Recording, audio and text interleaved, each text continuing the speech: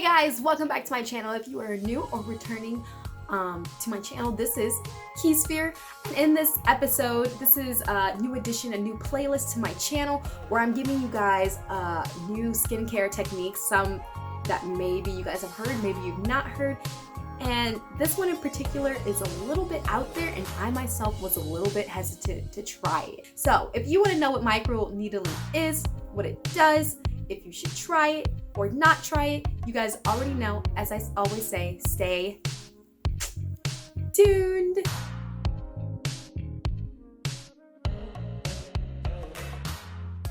So before we even get into like my whole entire what I'm gonna say, like if I like microneedling or not, I'm pretty sure most of you guys are wondering, what is microneedling? So microneedling is basically what is recommended, a 0.5 millimeter, not centimeter, like super tiny needle that you use as a stamp or a roller on the surface of your skin, on your face. You can also use it on like your chest or your back, any places that you basically have acne scars. You can use it anywhere that you have wrinkles. It's a really, really good tool for basically rejuvenating your skin.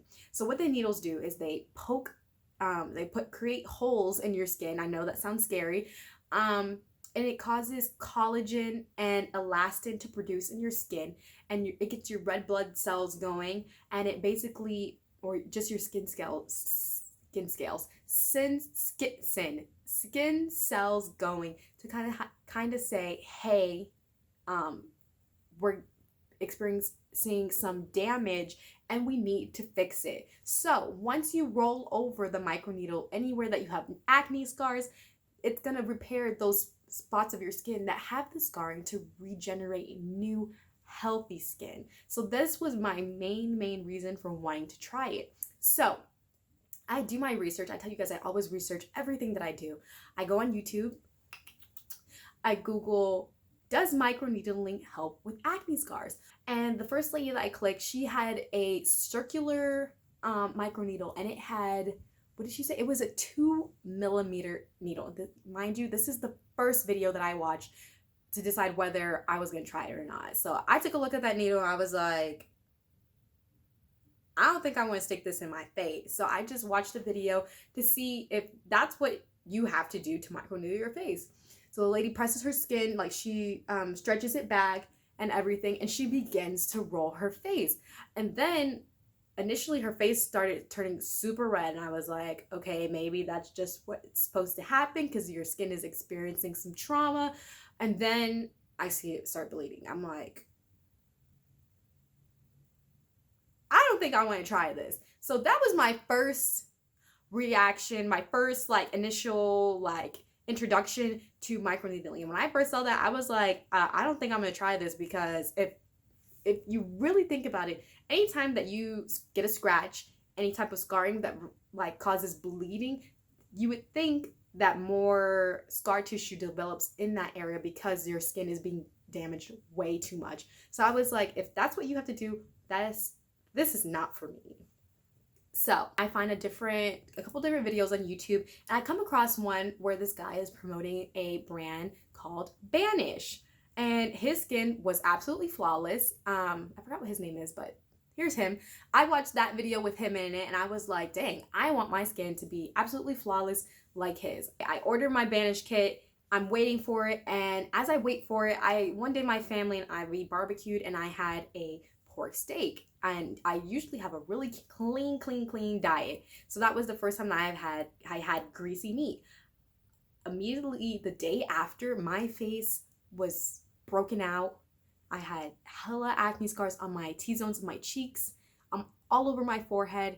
I was beyond devastated because I had been working on getting my skin to clear up for so long that just eating that one meal, whatever hormones was in that meat, it caused a huge hormonal imbalance in me, and I have never had my face look that bad. But a couple days after, I just kind of was like, okay, I have to treat my skin. I have to get rid of this the best that I can, get all of this down. That I even did a YouTube video with no makeup.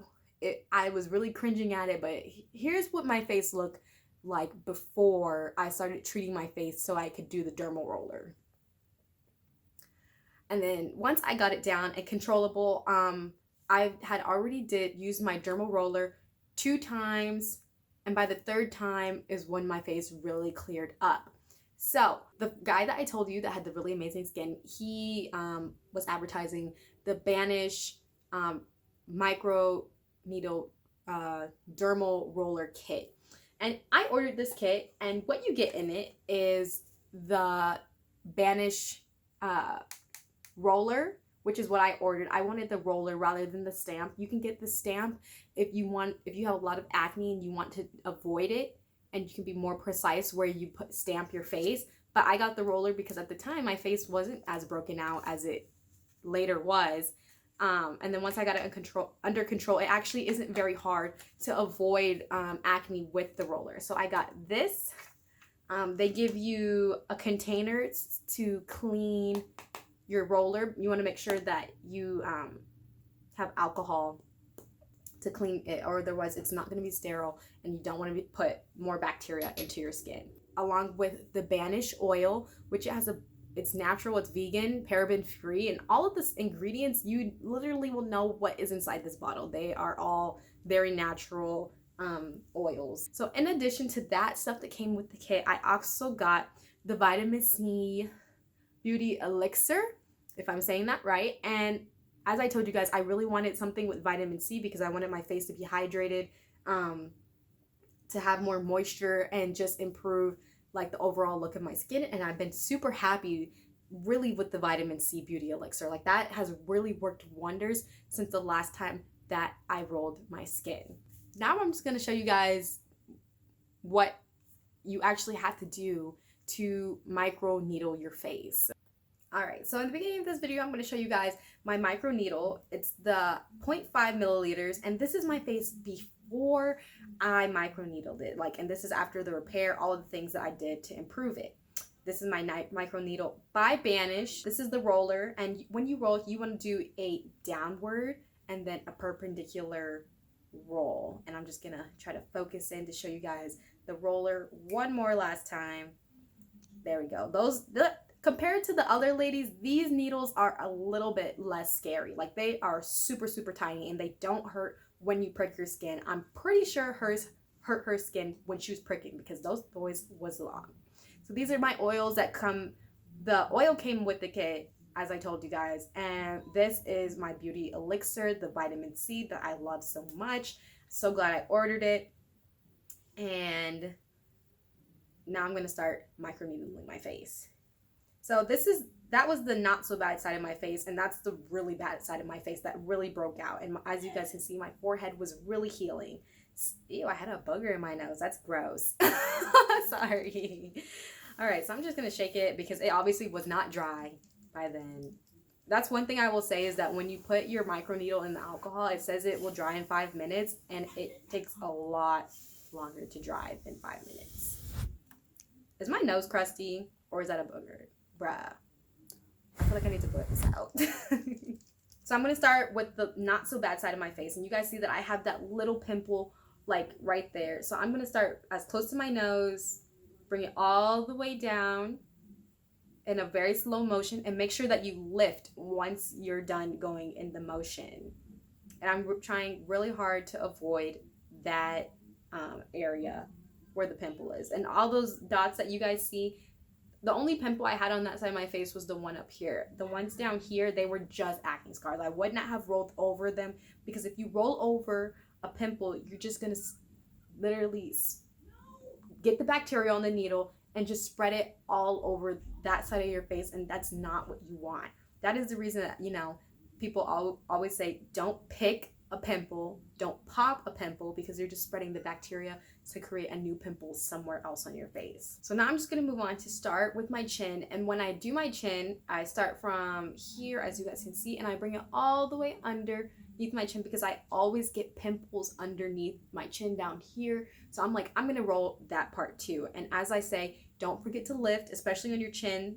In that area, it feels a little bit more pressure, but it definitely doesn't hurt, and that's just because that's where my bone structure is. And as you guys can see, I have another little, like, it wasn't a pimple, it was a scar in the bottom of my chin, and I tried really, really hard to avoid that spot as well. So now I'm going to start on the really problematic area of my face. This is where the breakouts were really, really bad. And I'll start from my lip and just kind of work my way over. I honestly didn't really roll that side of my face that much just because I had so much going on that side of my face. So I was a little scared and a little bit hesitant, so I just went back and I did like the perpendicular, because once you go down, you definitely need to go over it again perpendicular. And now I'm just gonna start on my forehead. My forehead was honestly had a lot of healing going on. There was no active pimples other than the one that was like right here. And one thing that when you're microneedling that you need to be very wary of is they say not to microneedle over a specific scar.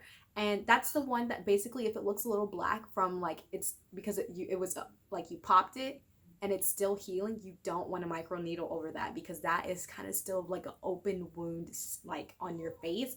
You want to only microneedle on acne scars that are just the little dark, like the dark spots on your face. Don't microneedle like recently popped busted pimples. Like, you don't want to do that.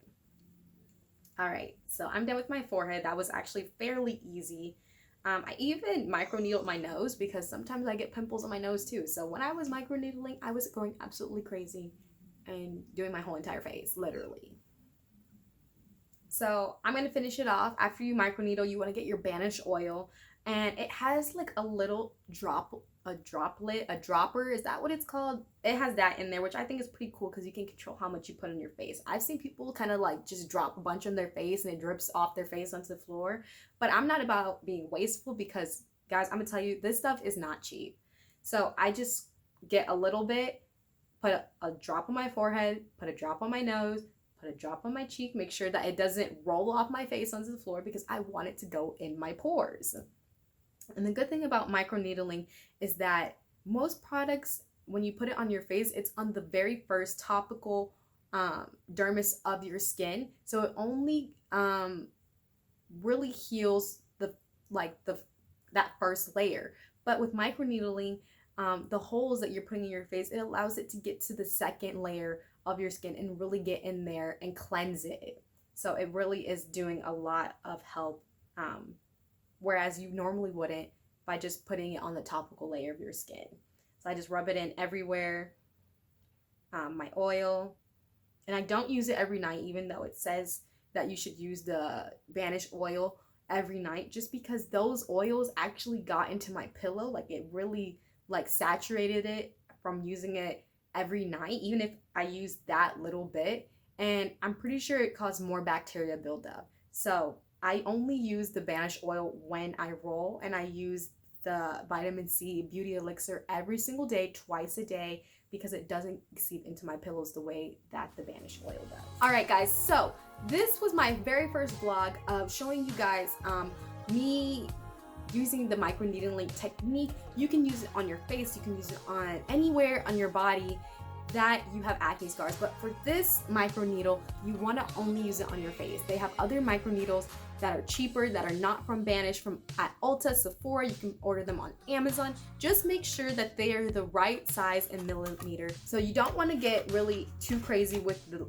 length of the needle, because you don't want to cause damage to your face. I will show you guys how my skin improves or doesn't improve over time from using it. This is the last thing that I want to share with you guys is how my skin looked the day after using the microneedling microdermal roller, which is actually pretty insane. I took a picture of the left side, the right side of my face, and like my overall frontal face of how it looked the next day. It honestly, my skin looked a lot calmer. It smoothed it out, and I didn't have any acne. My face really felt like it was healing, and this was my third time using it. So after 3 times, the day after, my skin definitely looked way better. Along with doing the microdermal roller, I will suggest that you guys drink a lot of water. They always say that is what helps heal your skin the most, so I definitely recommend you guys also do that when wanting to start doing this process on your skin. So this has been Microneedling with Keys. Alright guys, so this has been another episode, the first episode of my microneedling vlog. If you guys want to see more episodes, you want to see what happens next, if you have questions, comments, leave them below. I want to know if you guys want to do this. If you're worried about it, let me know. Ask me anything.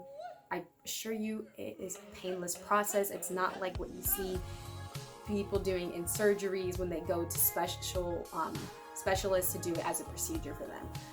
Don't forget to leave a like below if you like this video and subscribe so you can keep up with your girl Keys.